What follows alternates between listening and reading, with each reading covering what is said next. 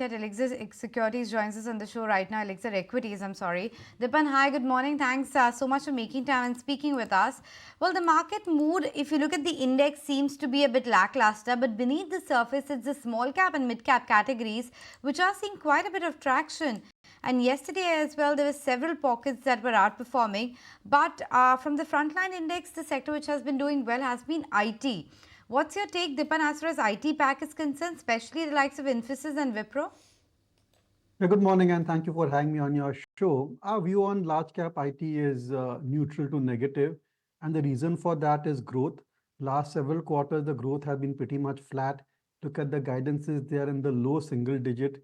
With these kind of growth rates, doesn't make sense to buy IT, even though the P multiples are historically at historical averages around 25 to 30 times that range. But unless you don't have growth, there's no way you can get appreciation of the stock price.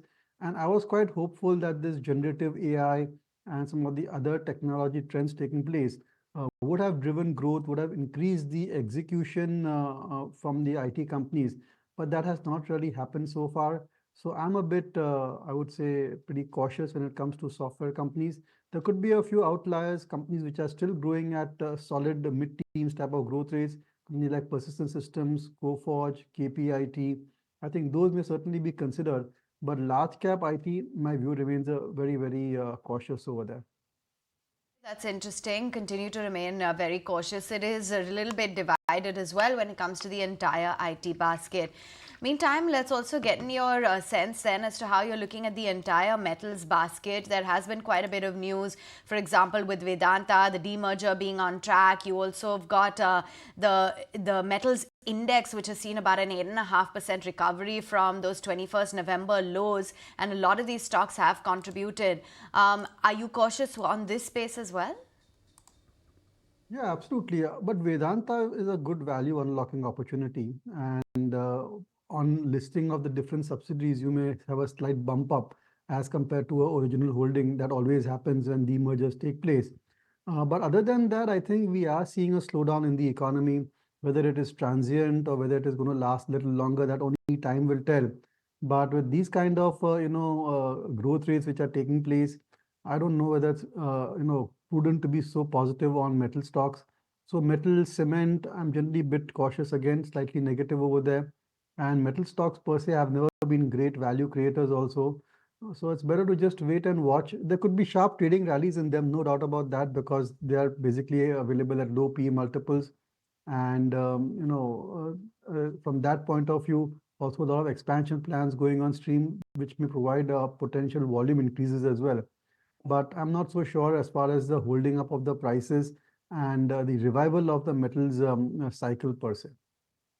Point taken. So be selective and cautious when it comes to metals pack. But what's the future with? Move on then, and wanted to get in your take on how you're looking, Dipan, at the very competitive landscape of quick commerce just today as well. It's Amazon that's going to foray into this 10-minute delivery.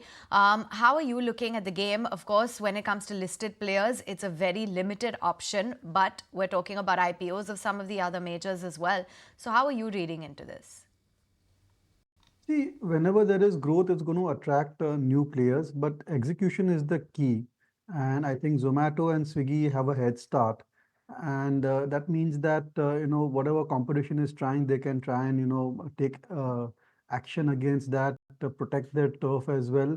And both these companies have got a lot of cash as well. Zomato recently raised almost $1 billion. And, market doesn't mind that if so long as there is top line growth, if they are making losses and there's a roadmap to profitability, market is started to value these companies based on number of subscribers and sales turnover and some of the other non-profit related parameters.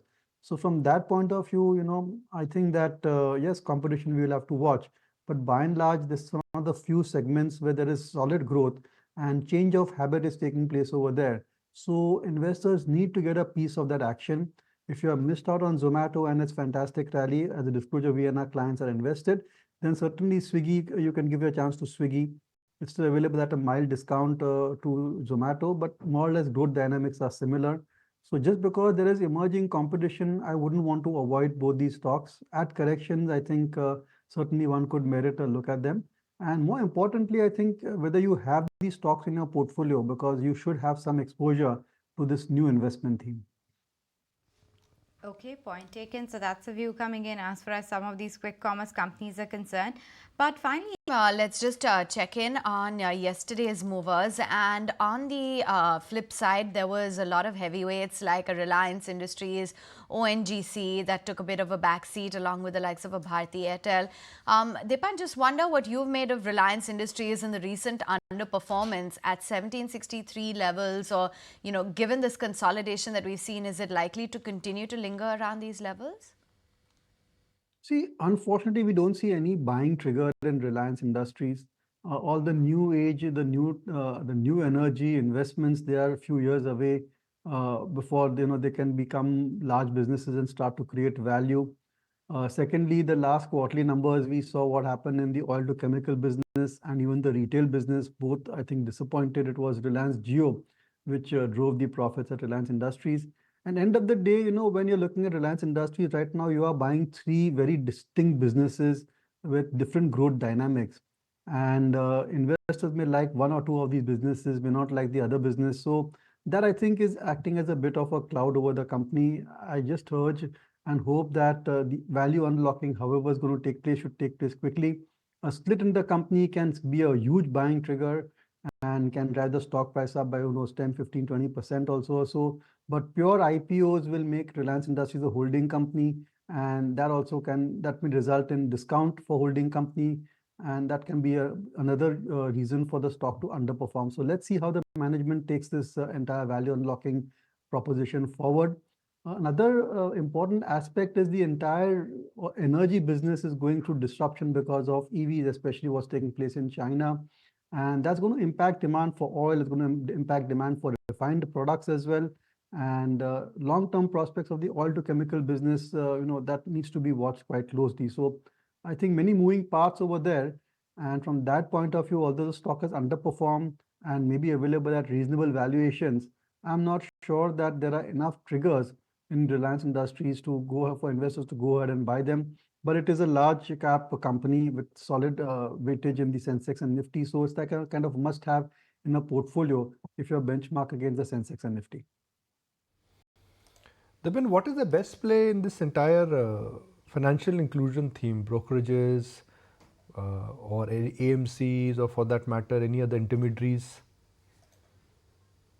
Yeah, good morning. See, I think that the entire capital market, the best way to play, according to me, is through the wealth managers. So, as a measure of disclosure, we have investment in 361, but we like the business model of Anand Rathi as well and Nuvama. Not from a financial inclusion point of view, but from the fact that there is a great propensity amongst the HNIs and the ultra HNIs to go for advisory services, to have professionals manage their money, and that means that these companies are going to get solid annuity revenues. And even if the markets were to cool off a little bit, there are other financial products that they can sell, and it's like a continuous business for these wealth management companies. And the way wealth is being created in the country, the way promoters are selling their stock, raising capital, I think the next few years are going to be very superb for these wealth managers. You need to buy them at reasonable valuations, but they are great scalable businesses, fantastic operating leverages as well, and certain amount of, I would say, they do have a moat in terms of brand and customer stickiness. So many positive dynamics for these companies. So when it comes to the capital market, I think this is the best way to play it. Exchanges I do like, especially MCX in particular. Stock has run up significantly, but there the options volume is in the nascent stage. And as and when that picks up, it could be a big growth trigger for MCX as well. Disclosure, we and our clients are invested in MCX. Uh, what is the right level to understand what is right and wrong for these stocks? I'm talking about pure exchanges. Is a P multiple 50 good? Is a P multiple 70 good? They are growing at 15, 20, 25%. So to pay 40, 50 times is fair. But you have to keep in mind that these are cyclical businesses and you are buying them at a market high. Volumes also have been phenomenal. IPOs, new listings, listing fees itself are at a cyclical high. So to pay a very rich P multiple for a business which is at a cyclical high, I'm not so sure, and end of the day, you could have a bear market which may last for 6 to 8 months or so. And coverage also is coming very fast. I think we have seen a slight slowdown in the demat account opening as well. So I think that we're reaching a stage in a few months, maybe few quarters from now, where whoever wanted to invest in equities has already done so. So you could have a plateau of volumes as well. And mind you, costs are increasing for the exchanges, especially technology costs, compliance costs. So I'm not sure that they can have the same kind of growth rates which they had over the past 4 or 5 years. And you cannot extrapolate that over the next 4 or 5 years, assuming that there could be a cyclical downswing in the business. But another interesting company which comes to mind is CDSL, and another great annuity type of a business, and some new opportunities are also opening up for CDSL. So from that, in the entire capital market ecosystem, this was another interesting stock, and they are, again, got a wide market share as compared to their competitor. And I do NSDL also looking for an IPO, and that also could be quite successful, I think. All right, stay on with us. Let's get you another comprehensive bull by saying the scales are tilting a little bit more towards the bear case scenario. Would you concur with this, or how are you looking at some of these other formats within the space? No, I'm also bearish on DMart. A great company, no doubt about it. Fantastic value creator, but I'm not sure it's a great investment at this point of time, considering the growth rates and the valuation which it trades at, and the emerging competition from quick commerce as well as traditional e-commerce as well. So it's a company which is very conservative from that point of view, very much focused on making profits, and not as much investing in these new businesses or new distribution channels, which can be a drain on the resources. So from that point of view, let's see how the company actually evolves and emerges from from these trends and from this competition. But for the time being, I think, considering that there's overall slowdown in spending as well, we are seeing what's happening with FMCG companies. They are also stagnating volumes over there. That, of course, may have some effect even on DMAR's growth rates per se.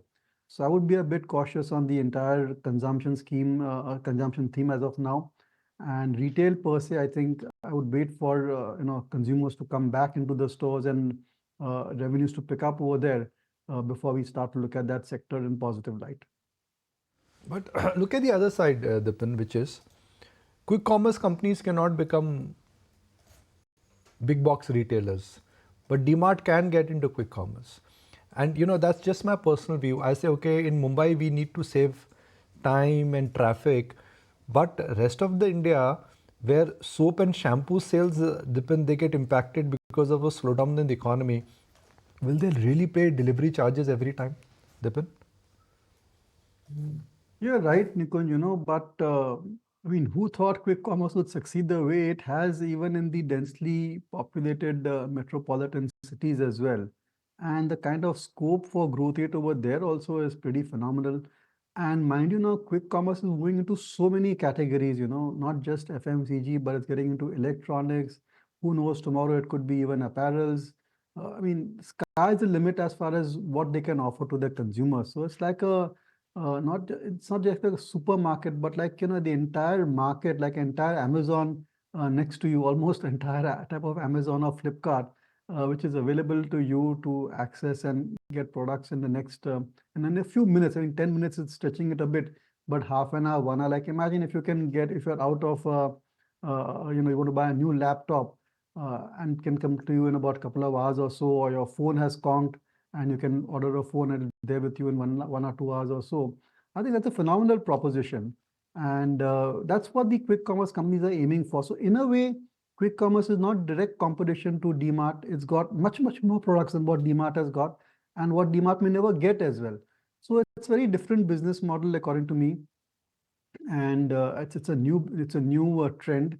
It's habit forming, more importantly. So who would have thought that food delivery would do so well, and but it's going from strength to strength, even in tier 2, tier 3 cities. So let's just see how this evolves. I think that I would go with quick commerce being very, very successful at the expense of traditional players like maybe DMart and some of the other retailers as well. So I would just like to go with the growth companies at this point of time. What is the best play in the green space, Dipan? Is it green financiers like IRDA? Is it green and clean solar producers? Is it green and clean companies which essentially would be benefiting if this entire power transition changes, which is wire and perhaps solar? What is the best way to bet on this entire green theme? It has to be through solar equipment manufacturers, Nikunj. And again, disclosure over here, we may have investments in many of these companies. I think if you look at the entire capex, story over here, and the companies engaged in capital goods, I would rate solar module, solar cell manufacturers, solar equipment manufacturers as the best kind of sub segment to invest in. Usual disclosures, companies like Vari Energies, Premier Energies, to an extent Tata Power as well. I think they have got great growth dynamics. You could also add Suzlon and Inox Wind. The order books are bulging over there. And notwithstanding what action US may take as far as renewable energy is concerned, I think that these companies are going to be much, much bigger than what they are just now, 3, 4 years from now. And as solar and wind become, mainstream in terms of energy production, I don't think there is going to be a problem as far as order book position is concerned. It's just how fast they're able to implement their expansion plans and how far they're able to execute the orders. But mind you, these companies are trading at very, very rich valuations. So maybe at correction, or if they go sideways and earnings catch up and they're available at reasonable P multiple, that could be a good entry point. So I'm pretty clear that in this entire energy disruption space, I want to be with the equipment manufacturers. We've got this list culled out from the research team about the stocks that have hit the 1 lakh crore market cap in the last 6 months and how they have performed as well. It's a very long and extensive list. I'm going to take you through that, but it's interesting names you have from the likes of an Indian Hotels, a Cummins, to even a Suzlon, InfoEdge, Lupin, Bosch, Oracle Financial Services as well on the top of that list. Something like a Dixon Technologies has also hit the 1 lakh crore market cap. I'm just curious, Dipan, I've flagged off a lot of names: United Spirits, HDFC, Asset Management, etc. Are there any names that have, joined this prestigious club that maybe surprise you, or those that you thought was perhaps inevitable given a very healthy growth trajectory? No, I'm not surprised now. If the street is paying beyond 100 P multiple for a lot of these companies, and that's something new. Nikunj also will concur. We've been around for a long, long time. I could not have imagined 10 years ago to pay 100 P multiple for a business, even if it was growing at 15, 20%. Well, that's the reality, and you have to accept it. So I'm not surprised with the kind of gains which have taken place over there. It's a classic bull market, and a lot of money is chasing good quality businesses which are quite rare. And a lot of these companies, the floating stock is very low, very high promoter holding is there, or at least the shareholders are very loyal. So from that point of view, also stock prices go up. And the important factor to note over here is that these are the darlings of the portfolio managers and the fund managers. And when you get fresh money, it's not that you have fresh ideas at that point of time and you need to put it to work. So you're buying the same stocks and then you're bidding them up higher and higher and higher. So it's like a virtuous circle from that point of view. But at some point of time, it's going to be unsustainable. I think how long can a company keep on trading at 150 P multiple when the growth rates are slowing up? And the prime example is DMart. I think that was another stock which was trading at extremely rich P multiples the first few months after listing, first 1 or 2 years as well. And then as growth rates started to slow down, it's been one of the big underperformers of the last 2, 3 years or so. Point taken. Before I let you go, Dipan, I wanted your view regarding a couple of these stocks. BHEL, surprisingly, JM Financial has named it as one of the top picks for 2025. And the other one is Raymond. It was flying away in the trading session yesterday. What explains that? See, I think investors like the way Raymond is being, kind of reorganized. And now you'll have specific vehicles, or the company would provide specific companies depending on where you want to invest in. And the retail business, I think people are comparing it with what Manyavar did, and Raymond is a competitor over there. It's a player in wedding clothes, so that could be a growth opportunity. The real estate also maybe traded separately, and they have got very attractive land parcels. So it's like this value unlocking thing in Raymond has done very well for the group as a whole. But I have not been investing in Raymond for various other reasons. So from that point of view, I would want to comment more on Raymond. And the other company, I lost the name. What was that? That's BHEL, Dipan. BHEL, yeah. Yeah. That's an interesting play. And, it's pretty clear that we need a lot of thermal power plants as well. And I think the fortunes of BHEL also may be reviving over there. I think it's got good earnings visibility as well. So positive on BHEL, no doubt. I think we've been very positive on capital goods per se, especially all the electrical equipment producers, the transmission companies as well. And as I said, the solar equipment manufacturers are the absolute, in our opinion, the best play in this particular sector. But I think BHL prospects also are pretty decent. All right. Meantime, let's get in some chart checks going as well. And Naresh, coming to you, what's the outlook then on some of these? Yesterday, the stock broke out into a new 52-week high, a classical. If you like this video, then like, share and subscribe to ET Now.